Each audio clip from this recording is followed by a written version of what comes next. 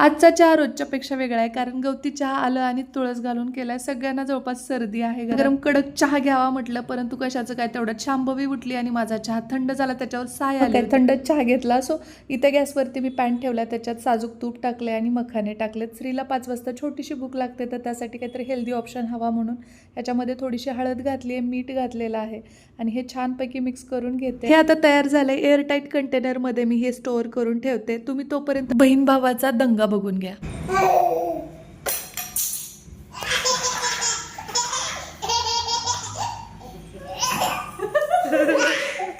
त्या दोघांचं पोटभर खेळून झालं की मग मी शांभवीला आंघोळ घालून घेतली. त्यानंतर किचन काउंटर क्लीन करायला घेतलं, कारण की परत एकदा जेवण वगैरे झालं की क्लास असतो आणि खूप आळस येतो. परत बाकीची कामं म्हणजे क्लासच्या नंतर करायची नकोसच होतं. त्यानंतर इकडे आज मस्त अशी थालीपीठं आहेत, त्यासोबत वरण आणि दहीसुद्धा आहे. वरण भात, दही, थालीपीठ आणि इकडे छानपैकी टोमॅटोची चटणी. जेवण वगैरे आटोपलं की लगेच झाडून मारून घेतलं आणि डिरेक्टली सायंकाळी हा व्लॉग मी सुरू केलेला आहे. सांजवात लावल्यानंतर असंही प्रसन्नच वाटतं, पण त्यात घरातली लहान मुलं जेव्हा ह्या गोष्टी करतात ते अजूनच जास्त प्रसन्न वाटायला लागतं. त्यानंतर हे ड्युटीवरून आले आणि मग अचानक आम्हाला जावं लागलं शॉपिंगला. म्हणजे एक ॲड शूट होता आणि त्यासाठी मला एक आउटफिट हवा होता.